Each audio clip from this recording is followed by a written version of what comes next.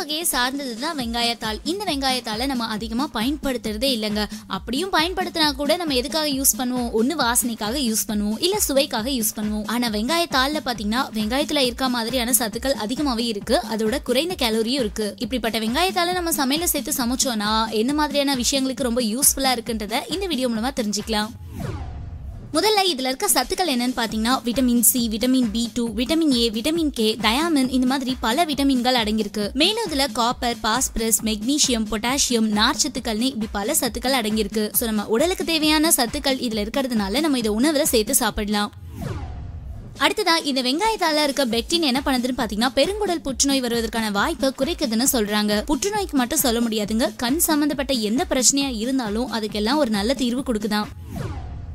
இதயத்தை நல்லா ஆரோக்கியமா வச்சிருக்கணும் அப்படின்னு நினைக்கிறவங்க வெங்காயத்தால உணவுல சேர்த்து சாப்பிடுங்க. இது உடல்ல இருக்க கொழுப்புகளை கரைச்சு இது மூலமா இதய நோய் வராம தடுக்குது. மேலும் இதுல இருக்க சல்பர் என்ன பண்ணுதுன்னு பாத்தீங்கன்னா ரத்த அழுத்தத்தோட அளவை குறைச்சி கட்டுப்பாடோட வச்சிருக்கு. இதோட ரத்தத்துல இருக்க கொழுப்பையும் கரைக்கிறதுக்கு ரொம்பவே யூஸ்ஃபுல்லா இருக்குங்க.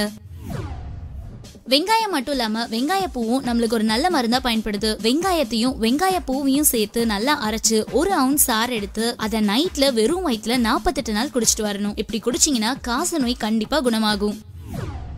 பல்வலியால கஷ்டப்படுறவங்க சம அளவு வெங்காய பூவை எடுத்து நல்லா அரைச்சி அதுல இருந்து சாரை பிழிஞ்சுக்கோங்க. இந்த சாரால தினமும் வாயை கொப்பளிச்சுட்டு வரணும். இப்படி பண்ணீங்கன்னா பல், ஈறு தொடர்பான எந்த நோயா இருந்தாலும் அது நிச்சயமா குணமாறதுக்கு வாய்ப்பு இருக்கு.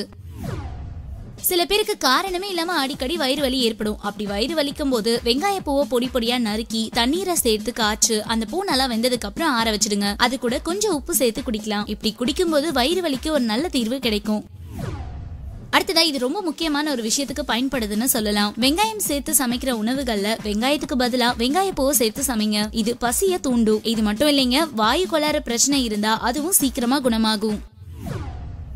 என்ன ஃப்ரெண்ட்ஸ், இவ்வளவு பெனிஃபிட்ஸ் இருக்க இந்த வெங்காயத்தால நம்ம உணவுல கண்டிப்பா சேர்த்துக்கிட்டோம்னா நிறைய நன்மைகள் கிடைக்கும். சோ இந்த மாதிரி நல்ல விஷயங்களை நிறைய பேருக்கு மறக்காம ஷேர் பண்ணுங்க. மீண்டும் ஒரு பயனுள்ள ஹெல்த் டிப்ஸோட நான் உங்களை மீட் பண்றேன்.